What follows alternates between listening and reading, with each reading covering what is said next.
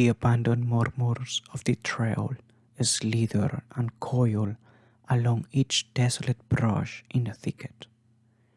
A man walked alone amid the tall grasses and bushes and programmatically oscillated his head from side to side while his eyes nervously scanned the details of his surroundings.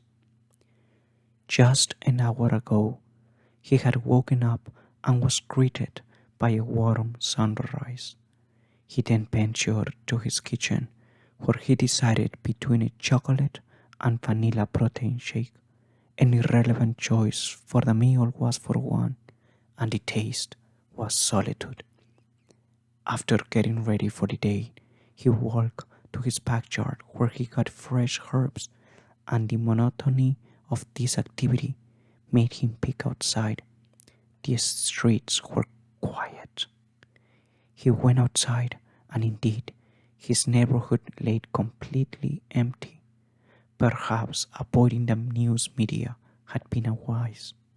Hush!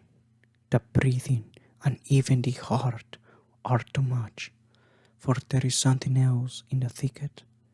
The man quietly put his back against the largest tree near him and continued to observe nature with primal terror. Half an hour ago, he witnessed auroras veil the early morning, and after their luminous curtains closed, morning was no more.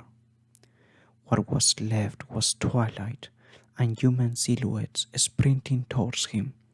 The man ran to the back of his home and jumped the fence, hoping to not give away information where he hid nor lived.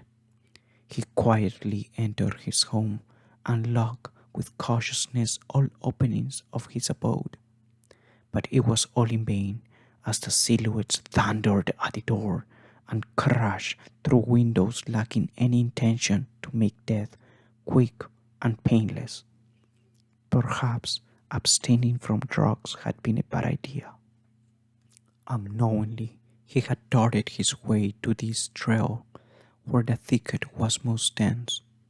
Despite his best attempts, the screaming gnarls which were once far away became near, and to his horror, the natural noises of this thicket had been replaced by unnatural ones. But what pierced his heart the most was this twilight, a twilight that was not supposed to come after dawn ended and should have transformed into night or morning by now. Though he frequented this thicket at night, he felt no advantage neither in his nocturnal vision nor locative experience. Still, paying full attention to his surroundings, he remembered the layout of the place and thought of plans to escape. So far, the worst yet only choice he had was the creek. Perhaps evading the weapon giving cartel had been a mistake.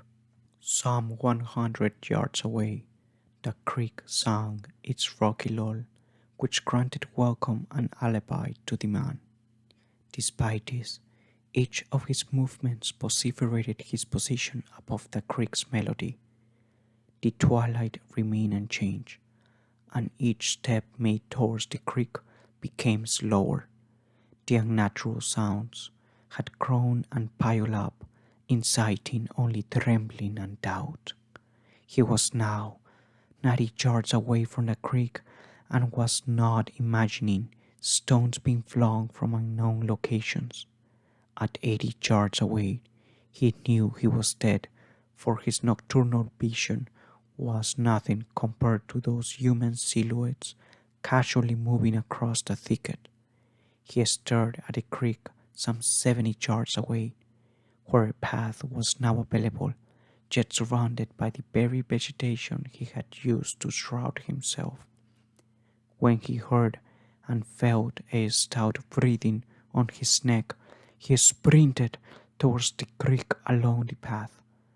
Suddenly, he felt hands grab him so savagely that he fell and gripped so hard that his bones shattered. There was no brain function for regret.